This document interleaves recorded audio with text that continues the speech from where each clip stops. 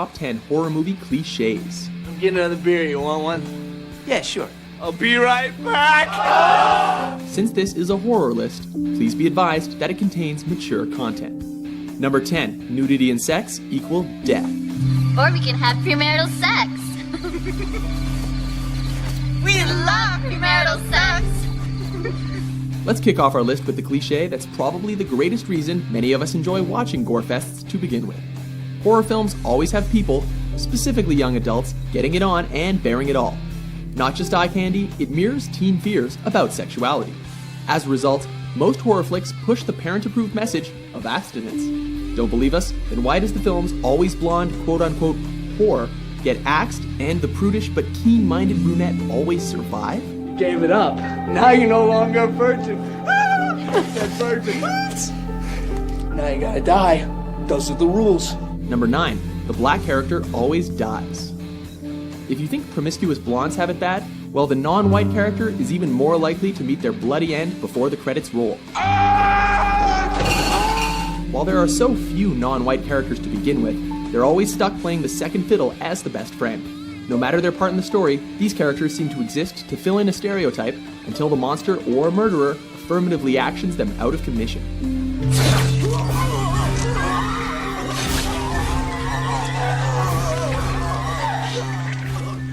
Number 8, hiding from death. What's the point? They're all the same. Some stupid killer stalking some big-breasted girl who can't act, who's always running up the stairs when she should be going out the front door. It's insulting. Now that we've discussed the cliches as to who will die first, let's take a look at how they die. Namely, cornering themselves by trying to hide like children, specifically under the bed, in the closet, or by running upstairs. We get it, they're scared, but a game of hide and seek is not likely to tire out undead killers or vicious space aliens, now is it? What they should really do is get the hell out. There seems to be only one way out of a hiding place, and that is in a body bag.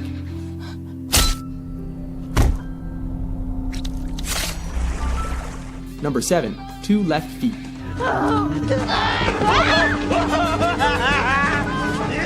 Sometimes, the victims do decide to run, assuming they can escape their hiding place, and power to them. The problem is that this brings up another horror movie cliche. It seems that no movie character is capable of running more than a dozen feet without face planting. Equally cliche is the fact that the sprint doesn't give them any distance over the attacker, who's almost always walking. How does Jason ever get anywhere at that pace?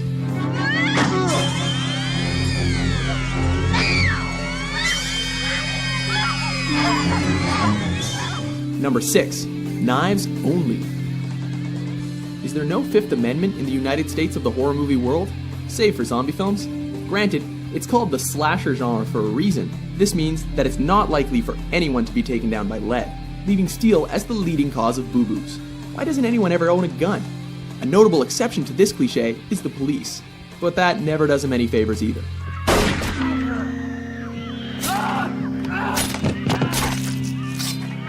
Number 5, inept authorities.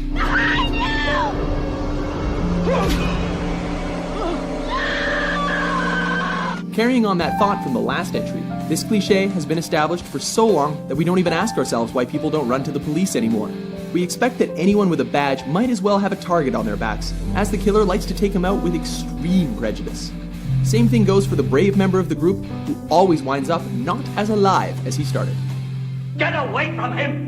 Please stop breathing! No!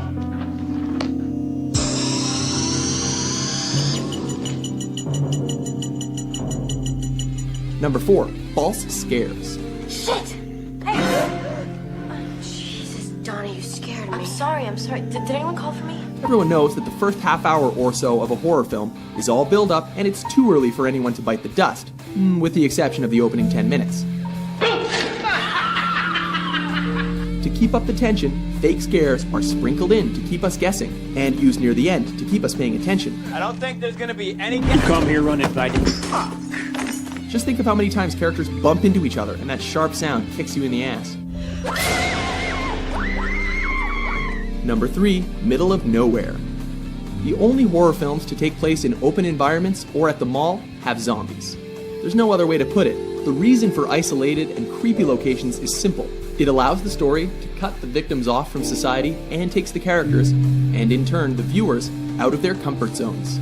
These abandoned settings are a character in and of themselves, and we don't see them disappearing anytime soon.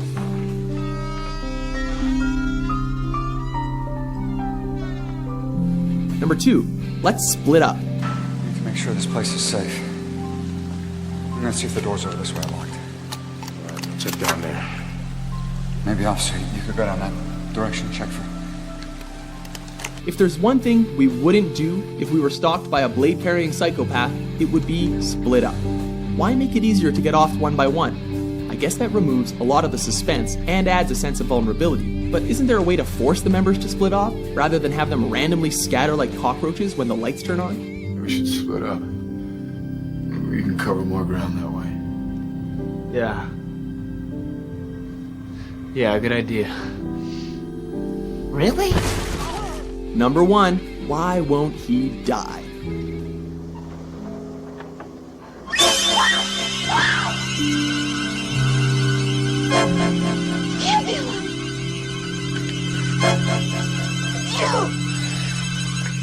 Taking the top spot on our list is the cliche that all horror villains have to come back again after being killed for an encore.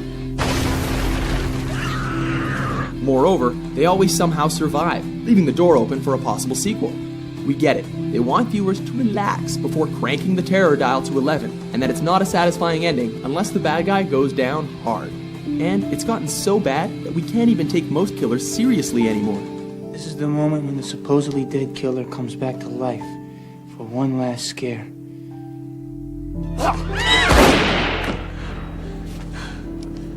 Not in my movie. Agree with our list?